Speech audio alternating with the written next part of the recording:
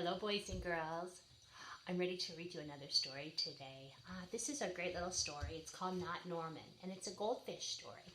And the author is Kelly Bennett, so she wrote the words, and the illustrator is Noah Jones. Norman is the character in the story, and he's a goldfish. And the little boy receives him as a gift, but this isn't the pet he had in mind. He wanted something that he could run with, a pet that he could play catch or maybe sleep with. And you can't do that with a goldfish, of course. But he tries to trade Norman for a good pet, and then things don't go as planned. And so could it be that Norman might be a better pet than he thought? Let's find out and see. Not Norman, a goldfish story. Ooh, look at the goldfish. Not Norman, a goldfish story by Kelly Bennett, and the illustrator is Noah Jones. When I got Norman, I didn't want him. I wanted a different kind of pet, not Norman. I wanted a pet who could run and catch, or one that could climb trees and chase, a soft furry pet to sleep on my bed at night, not Norman. All Norman does is swim around and around and around and around and around and around and around. This is it, Norman, I decide. I'm trading you for a good pet. Norman doesn't move. Not even a fin twitches. How can I trade him like this? No one will want a sorry-looking fish in a gunky bowl. And a gunky means kind of dirty. When I drop Norman into his nice, clean bowl, he starts dipping and flapping his fins around. He looks so goofy I have to laugh.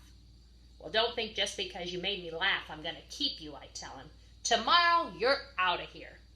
And Norman blows a stream of bubbles. Well, the next day I take Norman to school with me. And if I talk him up real good during show and tell, maybe somebody will want him. On the way there, we see my friend Austin. Austin has a really cool dog and 7 puppies.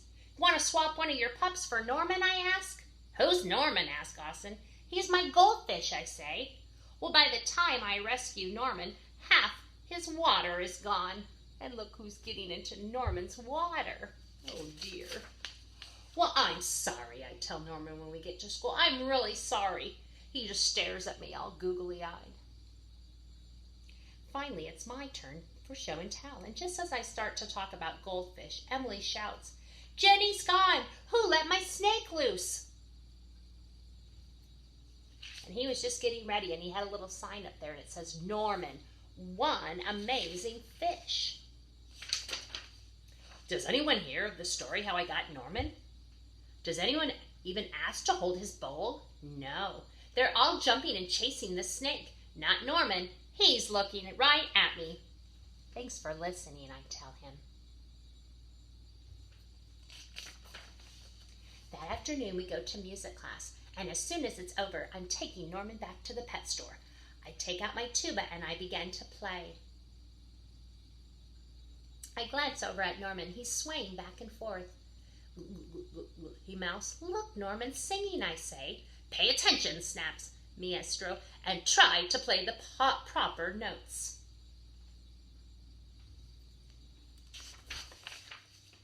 Well, Maestro makes me stay extra for extra practice, and by the time my lesson is over, it's too late to go to the pet store. Don't think that just because you like my music, I'm going to keep you, Norman. And Norman goes. That night, I'm sound asleep when screech, screech. What's that noise? Scratch, scritch, screech. Yikes! There's something at the window. Then out of the corner of my eye, I spot. Can you see it? Norman. He isn't scared. He isn't swimming around in circles either. He glugs and gives me a little wag. And now I know I'm not alone. Well, together, Norman and I slide open the curtains, and it was just a broken tree branch.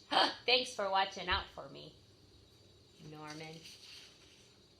Do you think he's starting to like his friend Norman? Well, let's see.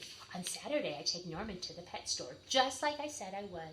I look at the cats and dogs and snakes and birds. I look at the hamsters and mice and the lizards, too. They all look like good pets, but they are not Norman. He's got Norman in his little wagon. When I got Norman, I wasn't sure I wanted to keep him. But now, even if I could pick any pet in the whole world, I wouldn't trade him. Not Norman. And look, he still has his little sign up there that says Norman. One amazing fish. Boys and girls, did you like that story?